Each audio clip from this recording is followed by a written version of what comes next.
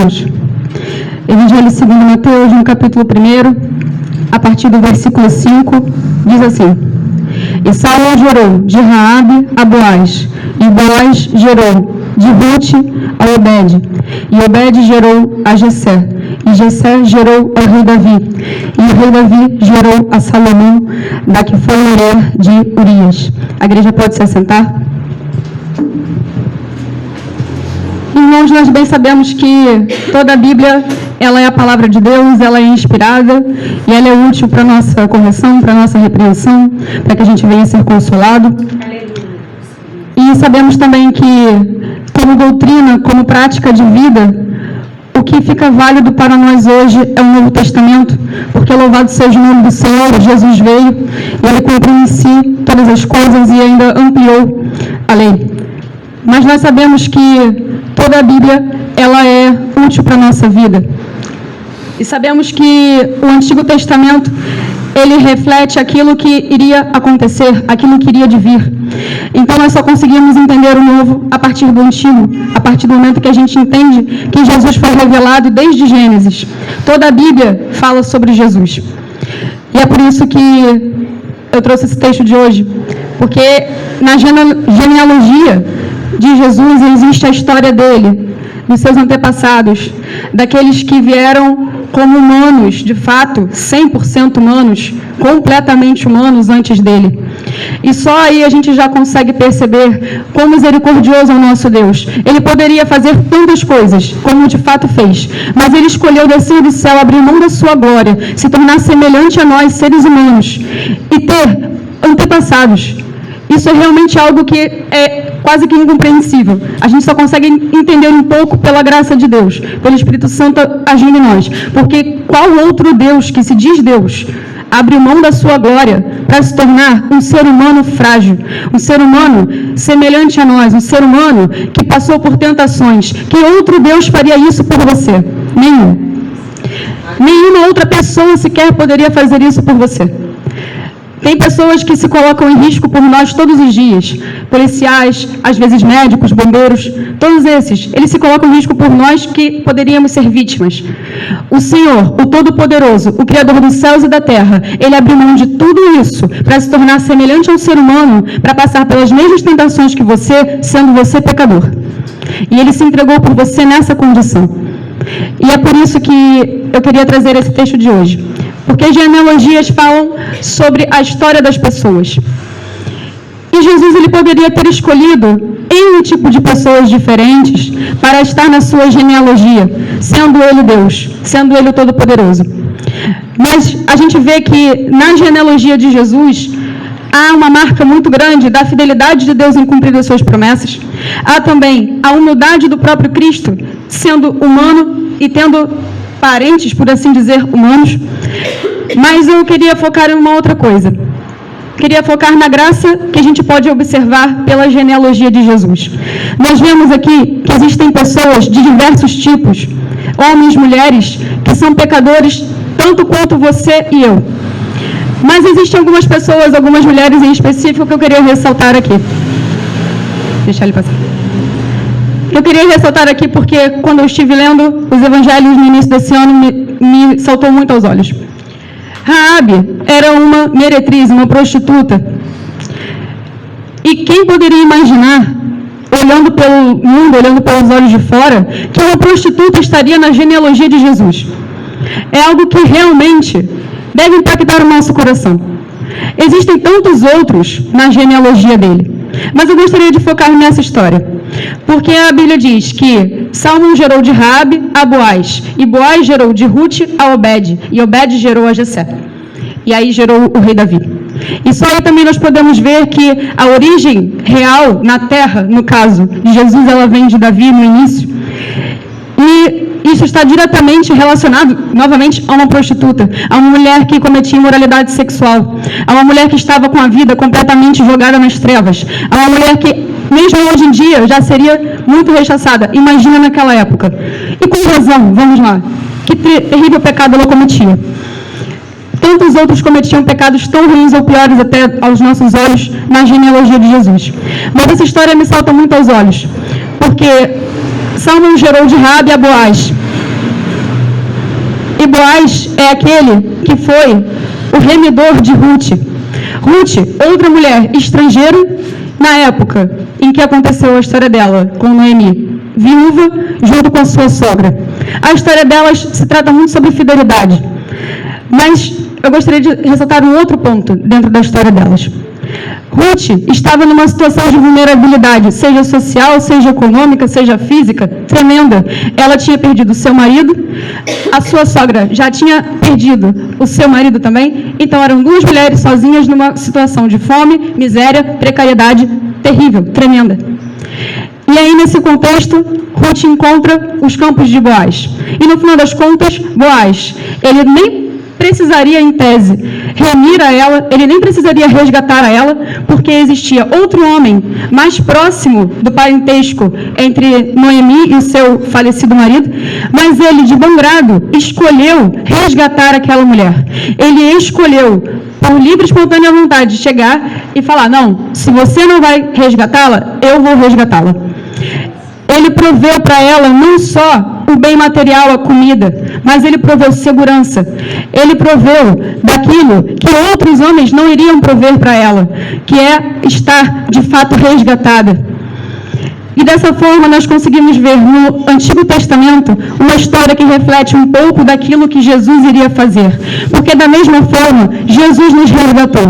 Ele nos tirou de uma condição de imundícia, de uma condição de precariedade, de uma condição em que nós estávamos literalmente catando espigas no chão, daquilo que sobrava, e Ele nos trouxe para a sua maravilhosa luz, para prover todas as coisas, de uma forma completa, de uma forma pura.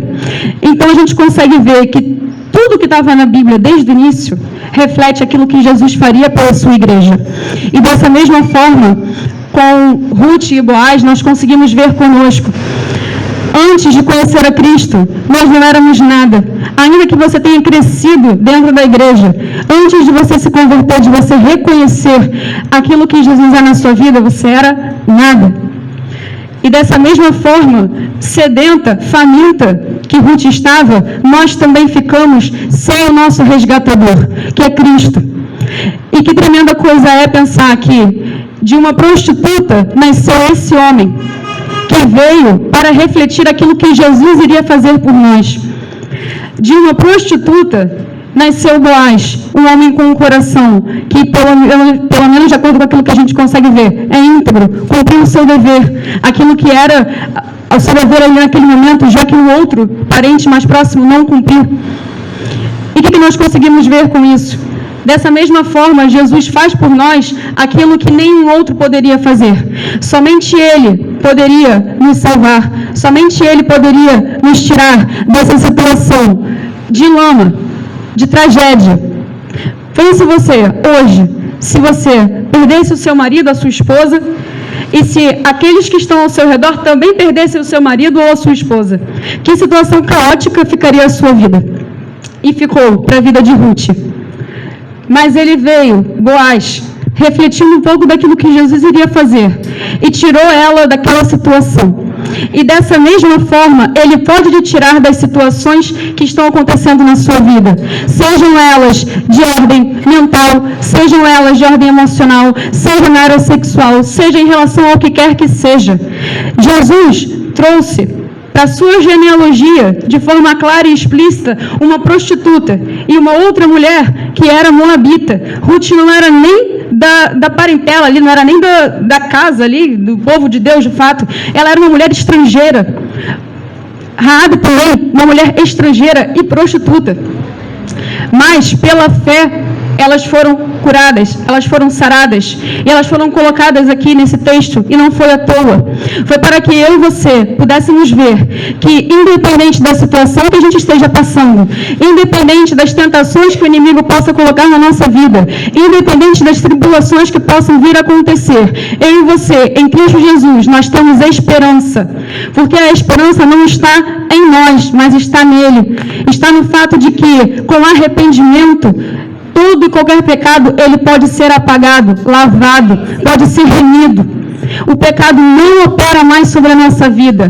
Antes, o que imperava era a fome, era a falta de provisão, era a falta de segurança, era a falta de todas as coisas, era a solidão, era o sofrimento, era o luto, eram as trevas, era a situação que você não sabia mais o que fazer. Agora não.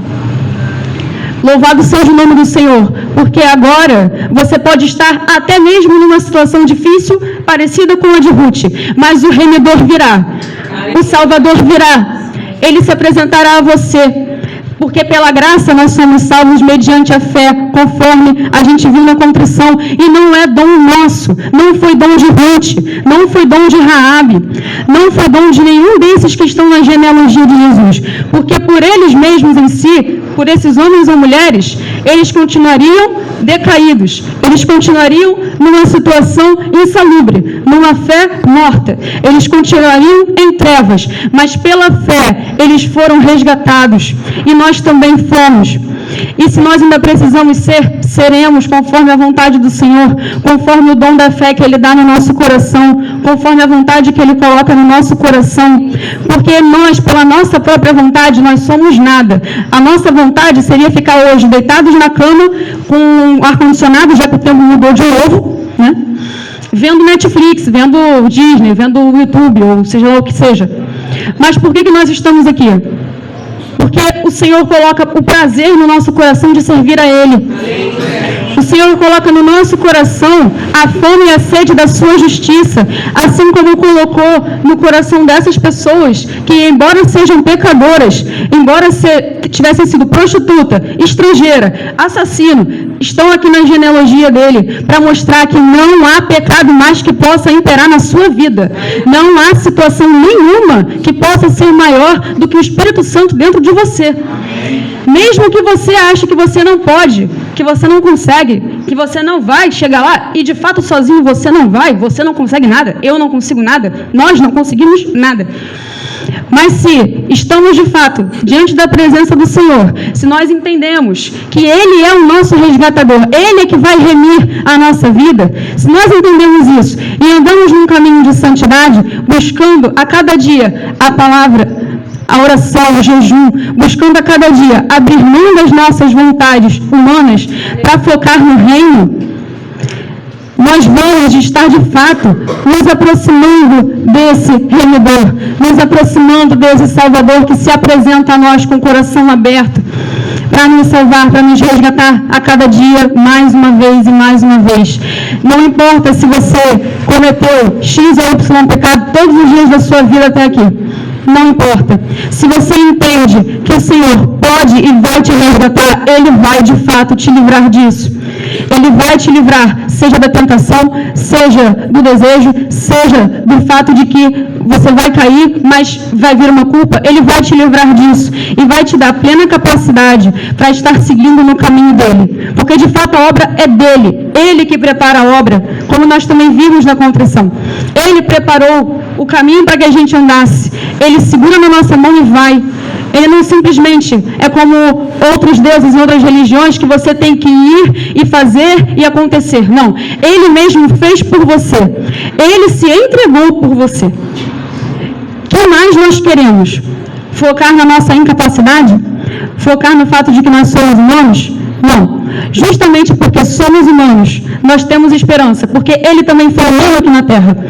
Mas Ele cumpriu todas as coisas sem pecar. Ele não caiu, Ele não vacilou. Ele foi o Cordeiro e é Cordeiro Santo, completamente puro. E Ele prometeu derramar o seu Espírito sobre a igreja. E de fato o fez.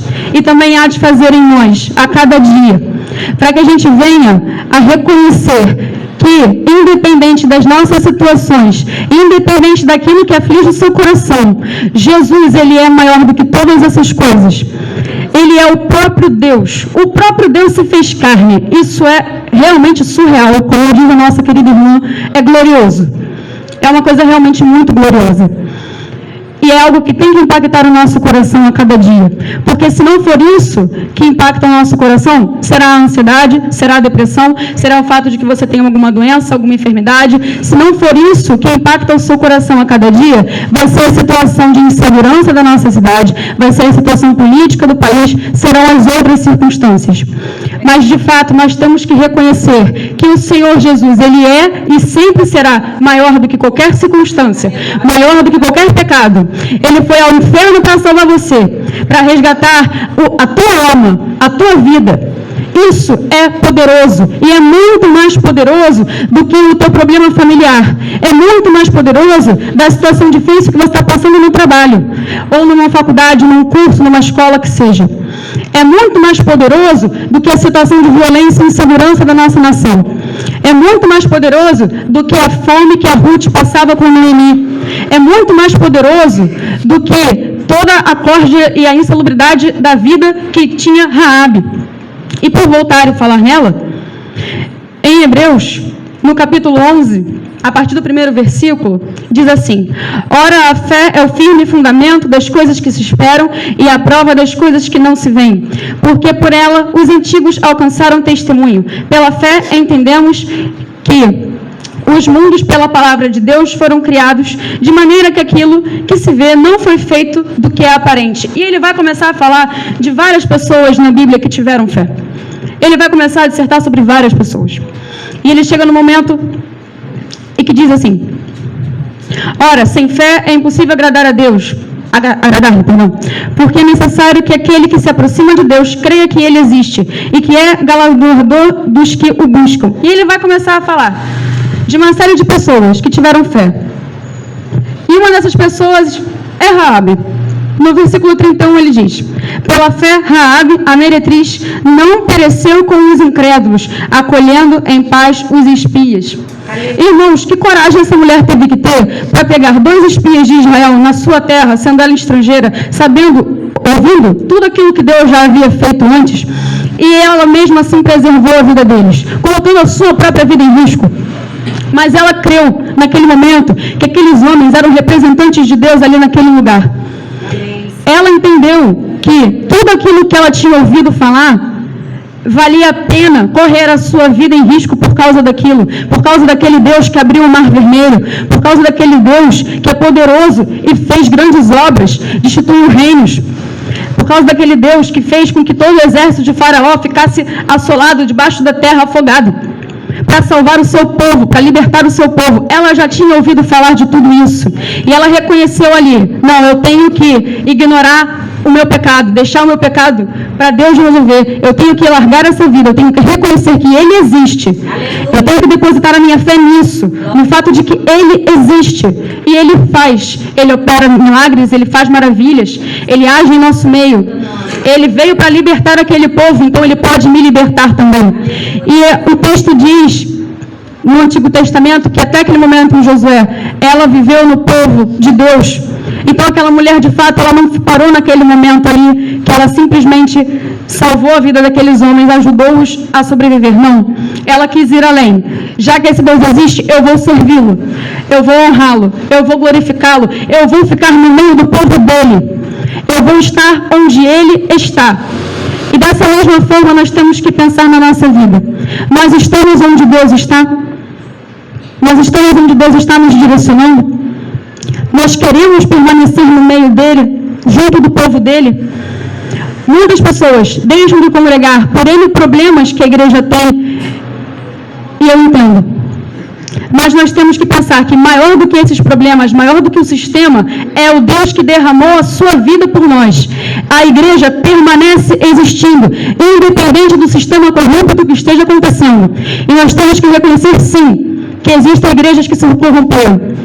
Mas nós temos que permanecer diante dele, buscando, procurando. Nós temos que permanecer diante dele, querendo mais da sua presença. Quero estar onde ele está, assim como Raabe fez.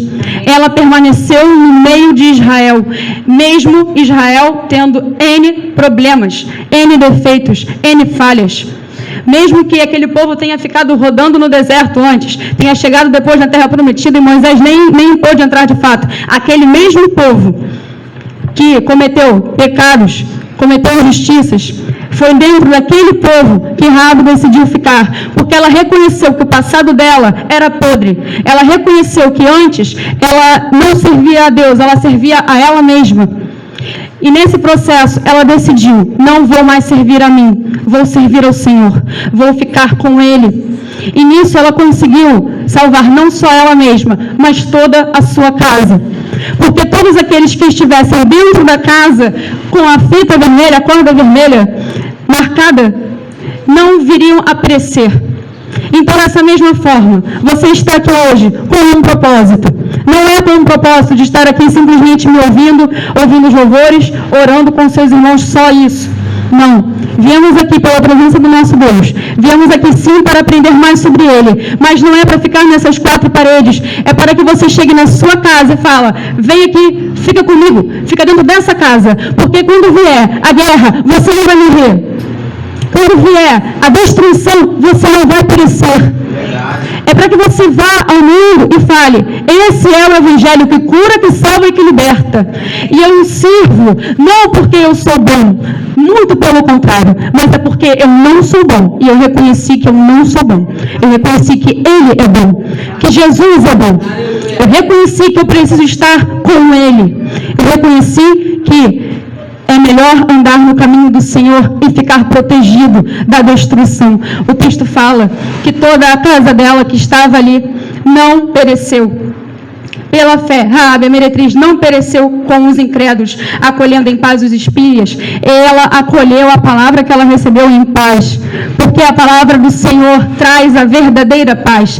A paz que o mundo procura e não encontra, e a cada dia fica procurando e não se saciando. Essa paz, ela só pode ser encontrada em Jesus, porque Ele é o remidor, Ele é aquele que salva, Ele é aquele que protege, Ele é aquele que vai no meio da destruição resgatar e salvar e proteger a sua igreja. Então é por isso que nós estamos aqui. É por isso que nós seguimos no caminho do Evangelho. Então, quando você se deparar com as situações ao seu redor, com o pecado batendo a porta, com a tribulação, com a fome, com a nudez, com a incerteza, com a morte, com o luto, seja lá com o que for, quando você pensar nisso, quando estiver diante dessa situação, pense, homens e mulheres antes de mim estiveram por situações iguais ou talvez piores, mas eles escolheram reconhecer que o caminho do Senhor é melhor, independente daquilo que esteja ao redor. Independente se a cidade inteira está sendo destruída, se as pessoas estão morrendo, eu vou permanecer porque estou com Deus. E somente porque estou com Deus. Não porque outros vão me resgatar, mas porque o meu Senhor me resgatou. Porque Ele colocou no meu coração a sua vontade, boa, perfeita e agradável. Raabe é mãe de Boaz. Boaz agiu como um resgatador para Ruth. E essa história reflete o amor de Cristo pela igreja. Ela é também a tataravó de Davi, quem diria? Uma prostituta sendo tataravó de um rei. E esse rei veio a trazer a linhagem para Jesus. E a gente consegue perceber o cumprimento das promessas do Senhor a partir de 3 versículos que muitas pessoas ignoram na Bíblia, as genealogias, no caso. Então, que no nome de Jesus, a gente venha a guardar no nosso coração aquilo que veio dele. Se algo daqui não veio dele, mas veio de mim, que vocês todos esqueçam. Mas que no nome de Jesus, a presença dele fique guardada no nosso coração. E ela venha resplandecer para todos aqueles que estão fora. Que a gente venha ser como a casa de Raabe, com a fita, a corda, o pano vermelho. Um lugar de segurança, salvação e redenção pela presença do Senhor.